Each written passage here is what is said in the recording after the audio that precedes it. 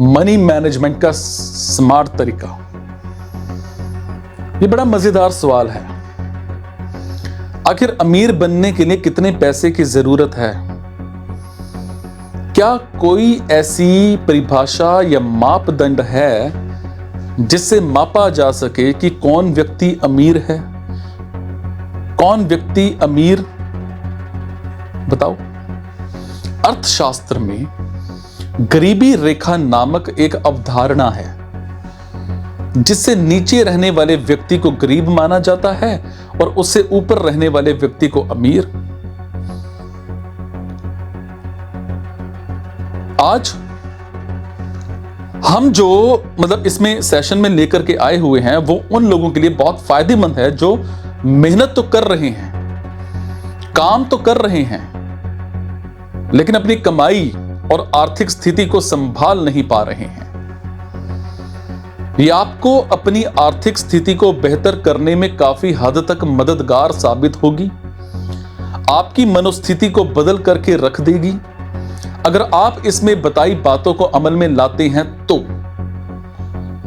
हर देश के लिए यह अमीरी और गरीबी जानने का मापदंड अलग अलग होता है। अमेरिका में जिसके पास कार नहीं है उसे गरीब माना जाता है, वही भारत जैसे देशों में कार अभी भी विलासिता की वस्तु मानी जाती है। इंडिया में जो रोजाना $2 या इससे कम कमाता है उसे गरीब माना जाता है।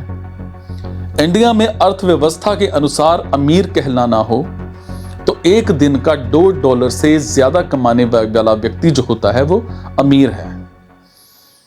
अब यहां पर एक बात है, इंडिया में 1 अरब से ज्यादा लोगों की कमाई इतनी है, उसके बावजूद भी हर कोई अपने आप को ना तो अमीर समझता है और ना ही अमीर की क्लास में खुद को रखता है।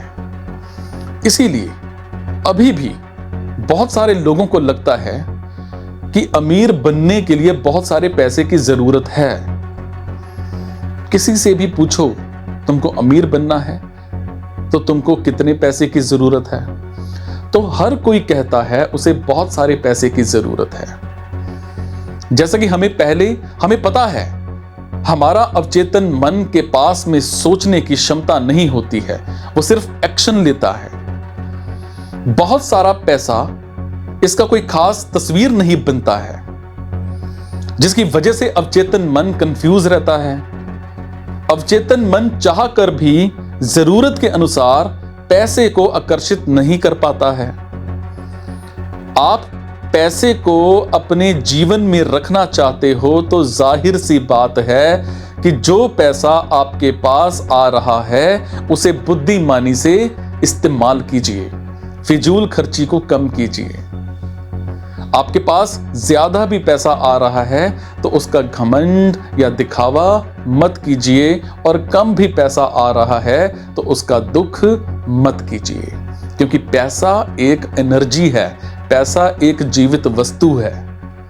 हमारे मन में चल रहे विचारों का, हमारी भावनाओं का पैसे के साथ सीधा और प्रत्यक्ष संबंध होता है। पैसे और आपके बीच मां बेटे जैसे संबंध रखिए। इसीलिए हमारे शास्त्रों में धन को देवी का रूप दिया गया है और उनकी लक्ष्मी के रूप में पूजा भी की जाती है।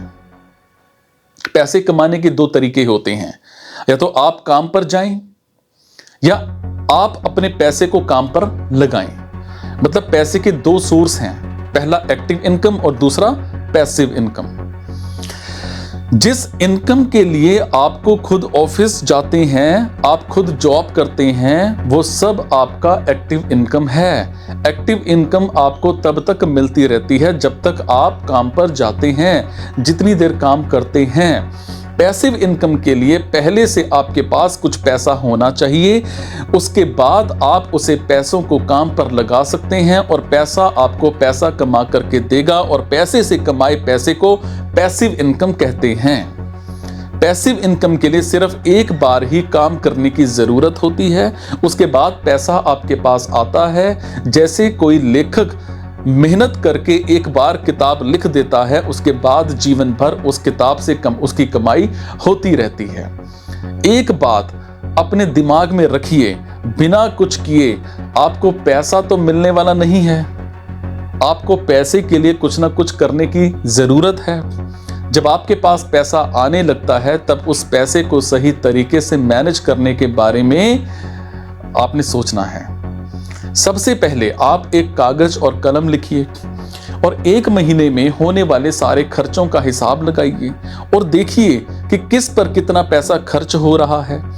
हिसाब लगाना बड़ा जरूरी होता है। इससे आपको पता चल जाता है कि आपका पैसा कितना खर्च हो रहा है, कहां खर्च हो रहा है। कई सारे लोग कमाते हैं और बिना हिसाब लगाए खर्च करते रहते हैं, और ऐसा करने से ये होता है कि जितना कमाते हैं उतना खर्च कर देते हैं और कुछ बचता नहीं है। जबकि फाइनेंशियल स्टेबल बनना है तो आपको अपने पैसे को लेखा जोखा बड़ा जरूरी है। लाइफ इंश्योरेंस भी बहुत जरूरी है।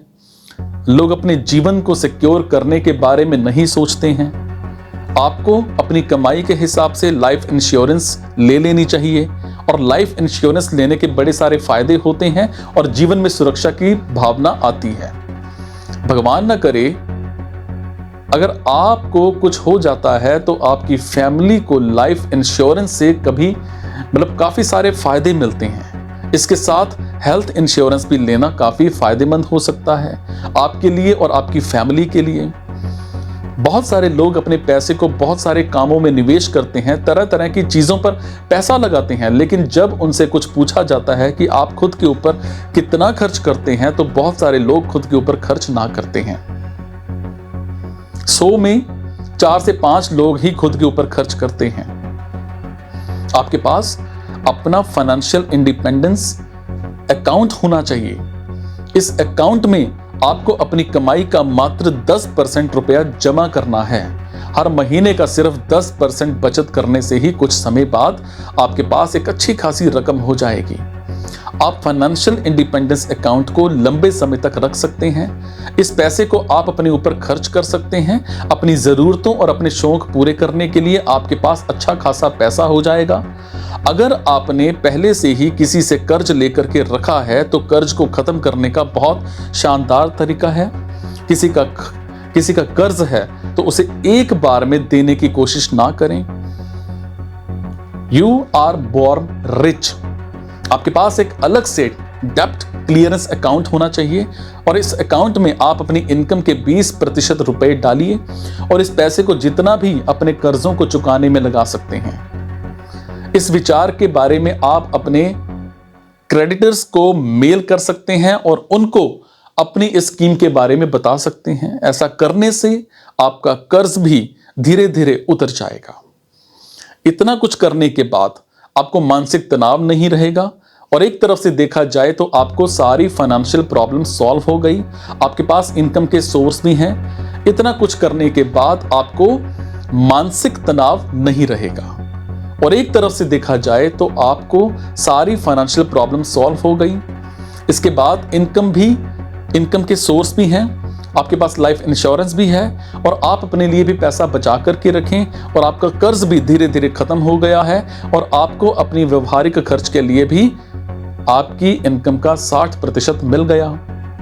एक कोट है जिसमें कहा गया है कि पैसा डिटोल की तरह होता है जो 90% परेशानियों को खत्म कर देता है। और एक बात फैक्ट है कि किसी को investing, share market, stock market और म्यूचुअल फंड की समझ नहीं होती है। हर एक व्यक्ति अपनी पैसिव इनकम नहीं कमाता है। इस समय भी बहुत सारे बड़े सारे लोग हैं जो 10,000 रुपए के लिए 12 से 14 घंटे काम करते हैं और मेहनत भी दबा करके करते हैं, लेकिन फिर भी उनकी फाइनेंशियल कंडीशन में कोई सुधार नहीं आ पाता, क्योंकि वो अपने स्किल और अपने टाइम को अपने लिए इस्तेमाल नहीं कर पाते हैं। कोई दूसरा उनको हायर करता है और अपने अनुसार उनसे काम लेता रहता है। बाजार और मार्केटिंग के चक्कर में फंसकर कई सारे लोग बिना जरूरत की चीजें भी खरीद लेते हैं और अपना खर्च बढ़ा देते हैं। और बड़ी बड़ी कंपनियां मनोविज्ञान का इस्तेमाल करके लोगों से लोगों को अपनी चीजें खरीदने के लिए मैनिपुलेट कर लेती हैं और लोग भोले बनकर खरीद लेते हैं क्योंकि लोगों में अवेयरनेस की कमी है। आज एक व्यक्ति मुकेश अंबानी से ज्यादा मेहनत करता है लेकिन फिर भी 10,000 से ज्यादा कमा नहीं पाता क्योंकि उसे चीजें पता नहीं मनी काम कैसे करती है। इसीलिए तो एक तरफ भारत में यूनिकॉर्न में शामिल होने वाली कंपनियों की संख्या बढ़ रही है, वहीं दूसरी तरफ बेरोजगारी भी बढ़ रही है। सब कुछ को एक साथ कभी सही नहीं किया जा सकता है।